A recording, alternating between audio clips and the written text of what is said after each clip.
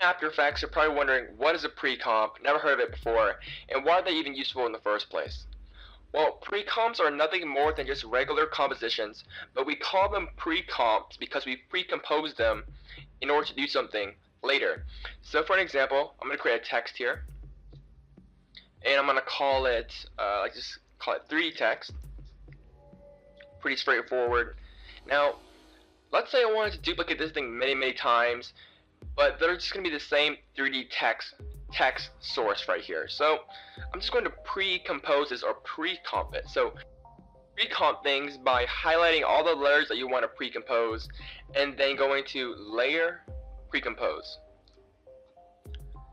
And this is kind of like grouping things together within Photoshop or Illustrator, or kind of flattening things down. And there are so many reasons why you would want to do this for a myriad of effects and plugins, but I'm trying to brush the surface here. So you can either leave all the attributes in the main comp, which means that, if we have an effect applied to this, if we precompose it, that effect is going to be either going to be transferred into the new composition, or is it going to be left outside the composition. So I'm not going to focus on that right now. I'm going to select the move all attributes into the new composition. That means it's just going to take everything that's even on this 3D text layer, and it's all going to move it into a new composition. And right here we can name our new composition name. So we'll just call this one text source. So now we don't actually have our text layer anymore. We actually have a text source composition here. And if we click into it, you can see that the text source composition is nothing more than just our 3D text. So we pretty much just transferred our text layer into a new composition here. And so now we can duplicate this thing many times. And you can duplicate layers by selecting your layer and then going to Edit, Duplicate, or Control-Command-D. And so that way we just made a whole bunch of copies of our text here. So what I'm going to do is I'm going to select them all. I'm going to make them all 3D layers.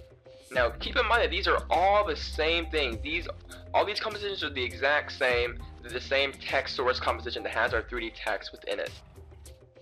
So with all of our layers selected, let's go ahead and hit P on the keyboard to show the position of all these same compositions here. So I'm going to leave the first at 0 in the Z-axis, but I'm going to change the second one to 1 pixel in the Z-axis, then 2, 3, 4, and 5, and keep on doing this until you reach the end. So I'm finished now, and I changed all the Z-axis positions by 1, and the last number I have here is 21 pixels pushed back in Z space. And that's just going to move all of the compositions that are the same back by 1 pixel in the Z-axis. So let me just create a new camera so you can kind of see what I'm talking about here. And if I rotate to the side, rather than having a flat text, we actually have some basic extrusions here. So how does this even work? How do we even do that? Let me explain one more time. Basically what we did was we duplicated the same composition 22 times, and we pushed them, or we offset their position by 1 each time. So our first 3D text is up front. We push one back to create a 1 pixel extrusion. We push another one back to create a 3 pixel extrusion, so on and so forth and so on and so forth. So pretty much we're just duplicating the same composition and pushing them all back in Z space, which is in the depth. So we're kind of creating a kind of a pancake stacked up 3D text, and this is kind of a pseudo 3D text. So not really perfect, but it kind of does sell the effect here. And if I create a new light, you're going to see that it does react to lights here. So let's just make it a white light. So that's pretty cool, but what happens if we want to change this text here to something else?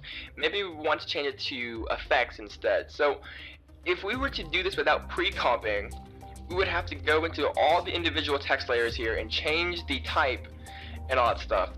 And that's a really big pain. Or what if you wanted to change the font? You would have to change the font for 22, 23 layers here. And it also changes the size if you want to change the size. And that's where pre-comping comes in. And this is what I want to call the domino effect here. So as you can see, these are all the same text source composition. So we don't have to change all of these layers here. We can just go back into the text source here. We can change the font to maybe a different type of family. So maybe we can change it to extra bold. and then we can change it to, instead of 3D text, we can change it to effects.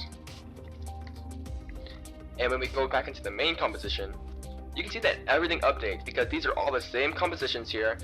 And so if we just change one, it's going to change all of the same text compositions here. So it's kind of the domino effect.